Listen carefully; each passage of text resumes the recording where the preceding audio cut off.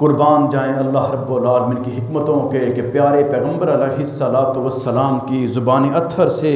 کیسے کیسے شاندار احکامات جاری کروا دیے تاکہ قیامت کو کوئی بندہ یہ نہ اعتراض کر سکے کہ یا اللہ میں تیرے دین پر عمل کرنا چاہتا تھا، مجھے تو پتہ ہی نہیں چلا۔ سیدنا ابو ہریرہ رضی اللہ تعالیٰ عنہ فرماتے ہیں ان ابی ہریرہ رضی اللہ عنہ قال رسول اللہ صلی اللہ علیہ وسلم الدینار کنز والدرہم کنز والقیرات کنز۔ پیارے پیغمبر علیہ الصلوۃ والسلام نے فرمایا کہ درہم جو ہے یہ بھی وہی خزانہ ہے، دینار جو ہے یہ بھی وہی خزانہ ہے، قیرات جو ہے یہ بھی وہی خزانہ ہے۔ صحابہ کرام سوال کرتے ہیں کہ اللہ کے نبی درہم تو ہم جانتے ہیں، دینار کو بھی جانتے ہیں، قیرات پہلی دفعہ سن رہے ہیں۔ تو پیارے پیغمبر علیہ الصلوۃ والسلام نے اپنے امتیوں کی قیامت تک کے لیے تربیت فرما دی، فرمایا کہ درہم جو ہے، درہم اس کا آدھا حصہ جو ہے وہ قیرات ہے۔ قیرات آدھے درہم کو کہتے ہیں، اور ہم سمجھتے ہیں کہ یہ دبئی شارجہ کی کرنسی، یہ درہم دینار یہ نہیں ہے، ان کے نام یہی ہیں، لیکن جو اسلام کے اندر درہم اور دینار ہے اس کی کیفیت کیا ہے کہ درہم چاندی کا وہ سکہ، چاندی کی وہ گٹھلی یا وہ ٹکیا جس کا وزن 3 ماشے، 1 رتی اور 1 رتی کا 5واں حصہ۔ دوبارہ سن لیں، 3 ماشے، 1 رتی اور 1 رتی کا 5واں حصہ، یہ ہے اسلام میں درہم۔ اور دینار کیا ہے؟ دینار سونے کی وہ ڈلی جس کا وزن 4 ماشے ہو، 4 ماشے، تو یہ ہے درہم و دینار۔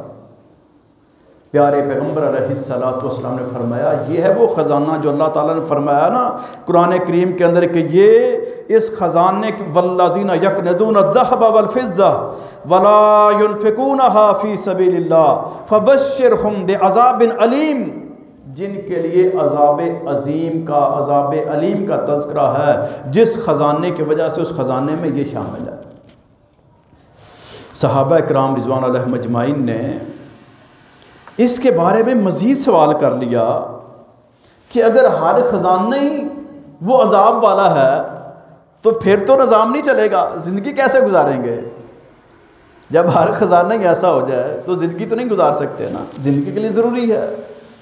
سیدہ ام سلمہ رضی اللہ تعالیٰ عنہ فرماتی ہیں کہ میں سونے کی پازیب پہنتی تھی۔ ایک دن میں نے نبی مکرم علیہ الصلوۃ والسلام سے سوال کر لیا کہ اللہ کے نبی علیہ الصلوۃ والسلام کیا یہ بھی خزانہ ہے؟ وہ خزانہ جس پر عذاب ہوگا کیا یہ اس میں شامل ہے؟ نبی رحمت علیہ الصلوۃ والسلام نے فرمایا کہ وہ زیورات جو زکوٰۃ کی حد تک پہنچ جاتے ہیں اور ان کی زکوٰۃ ادا کر دی جاتی ہے وہ خزانہ نہیں رہتے، وہ کنز نہیں رہتے، پاک ہو جاتا ہے مال وہ۔ یعنی جس مال کی زکوٰۃ ادا کر دی جائے بے شک وہ بہت زیادہ ہو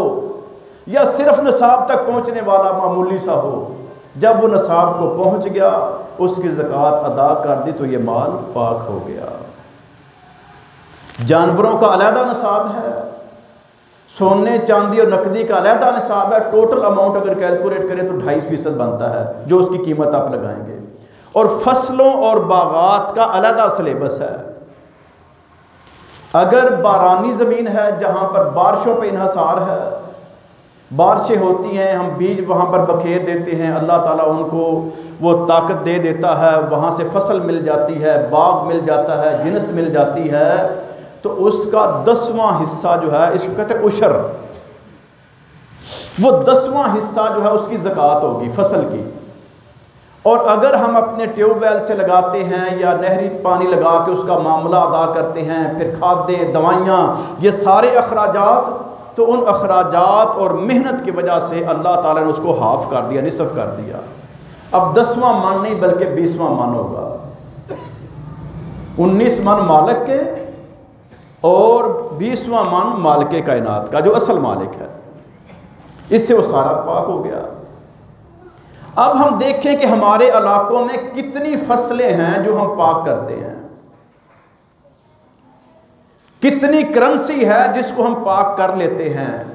کتنا سونا چاندی ہے، جتنے مال مویشی ہیں جن کی ہم زکوٰۃ ادا کریں اس کو پاک کر لیتے ہیں، اور کتنا ایسا ہے کہ جو ابھی تک معاشرے میں حرام